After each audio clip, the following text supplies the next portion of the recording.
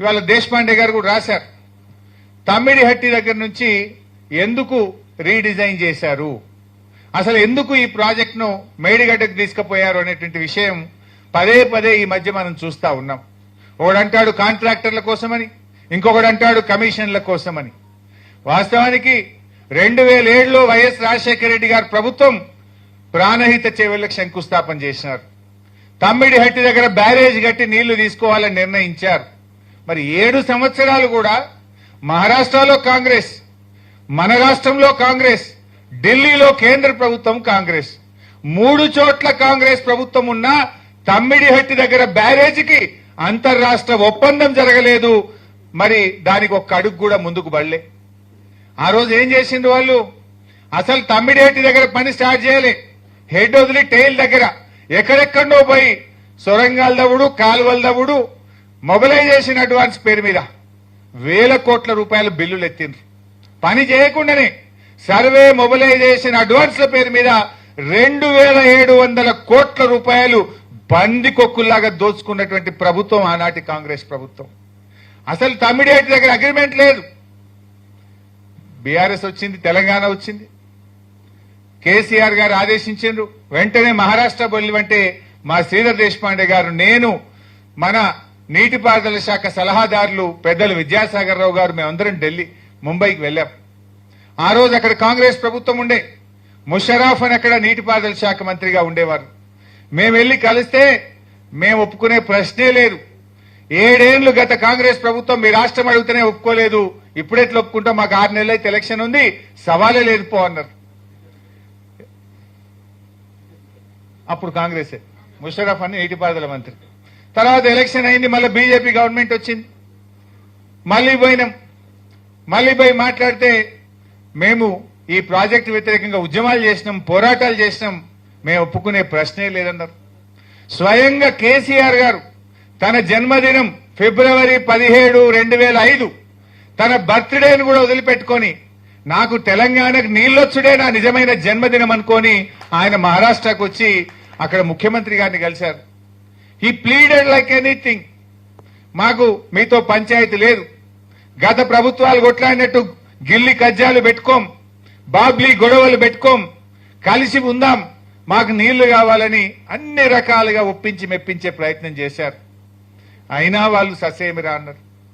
ఇంకా ప్రయత్నం కొనసాగుతూనే ఉండే. దానికి సాక్ష్యం ఆనాడు మన తెలంగాణ ముద్దుబిడ్డ మహారాష్ట్ర గవర్నర్ ఆర్ విద్యాసాగర్ రావు గారు,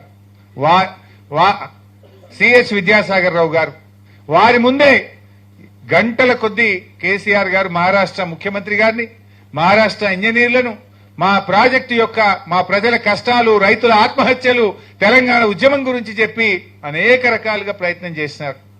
అయినా ఆ రోజు వాళ్ళు ఒప్పుకోలే. కానీ వాళ్ళు దేశపాండే గారు ఈ బుక్ లో కూడా చెప్పారు, ఒకసారి బుక్ ఇయ్యారన్న ఒకటి, దేశపాండే గారు ఈ బుక్ లో కూడా చెప్పారు, చాలా స్పష్టంగా చెప్పిండ్రు. అంతలో ఏం జరిగిందంటే మార్చి 2005, అదేవిధంగా ఏప్రిల్ 2005 ఈ బుక్ లో ఆ లెటర్లు కూడా పెట్టారు.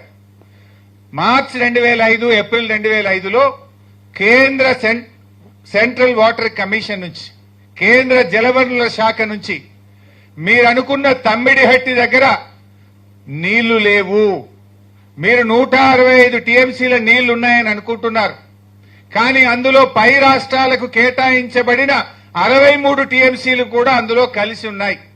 పై రాష్ట్రాలు తిరిగి ప్రాజెక్టులు కట్టుకుంటే ఆ 63 టీఎంసీలు కిందికి రావు, అక్కడ మీకు ఉండేది 102 మాత్రమే. ఆ 102లో మీరు ఎన్ని డైవర్ట్ చేసుకోగలుగుతారో ఒక్కసారి పరిశీలించుకోండి అన్నారు. అందులో టైం లేదని చదవలేకపోతున్నా. అందులో అది సెంట్రల్ వాటర్ కమిషన్ లెటర్ కూడా చదువుమని శ్రీధర్ గారు ఇస్తున్నారు, ఈ బుక్ లో ఉంది, మీరు చదవచ్చు. అందులో నీళ్లే లేవు అన్నారు. మరి 102 టీఎంసీలే ఉన్నాయి.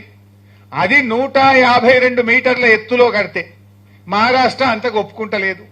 ఒకవేళ దాన్ని 148కో 150కో తగ్గిస్తే డైవర్టబుల్ వాటర్ 40-50 టీఎంసీలకు పరిమితమవుతుంది. అంటే అప్పుడు కేసీఆర్ గారు ఏం చేయాలి?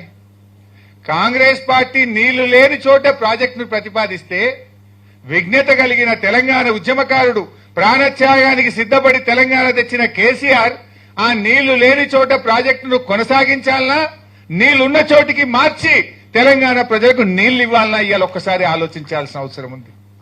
ఆయన కేంద్ర ప్రభుత్వానికి చెందిన వ్యాప్కోస్ను పిలిచి మా పరిస్థితి ఇట్లా అయింది, కేంద్ర ప్రభుత్వ సంస్థ వ్యాప్కోస్, అదేం ప్రైవేట్ ఏజెన్సీ కాదు, ప్రైవేట్ కాంట్రాక్టర్ కాదు, కేంద్ర ప్రభుత్వ సంస్థ వ్యాప్కోస్ కు చెప్పి మా పరిస్థితి ఇట్లయింది, మాకు ప్రత్యామ్నాయం చూపించండి అని అడిగారు. ఆ కేంద్ర ప్రభుత్వ సంస్థ వ్యాప్కోస్ అత్యాధునిక టెక్నాలజీ లైడార్ సర్వేను ఉపయోగించి వాళ్ళు డీటెయిల్డ్ గా స్టడీ చేసి మేడిగడ్డ దగ్గర బ్యారేజ్ కట్టుకోండి, ఇక్కడ 280 టీఎంసీల నీటి లభ్యత ఉంది అని చెప్పారు. అప్పుడు కేసీఆర్ గారు బాగా ఆలోచించి 280 ఉంది అని 160 టీఎంసీలు ఇక్కడ ఉన్నాయనుకుంటే ఆడ ఉన్నదే 102, అందులో డైవర్టబుల్ అంతకంటే తక్కువ అవుతుందని ఇవాళ అక్కడికి మనం మార్చి సెంట్రల్ వాటర్ కమిషన్ కు ప్రతిపాదన పంపితే 240 టీఎంసీల నీళ్లు వాడుకునే విధంగా సిడబ్ల్యూసీ మనకు అనుమతి ఇచ్చింది.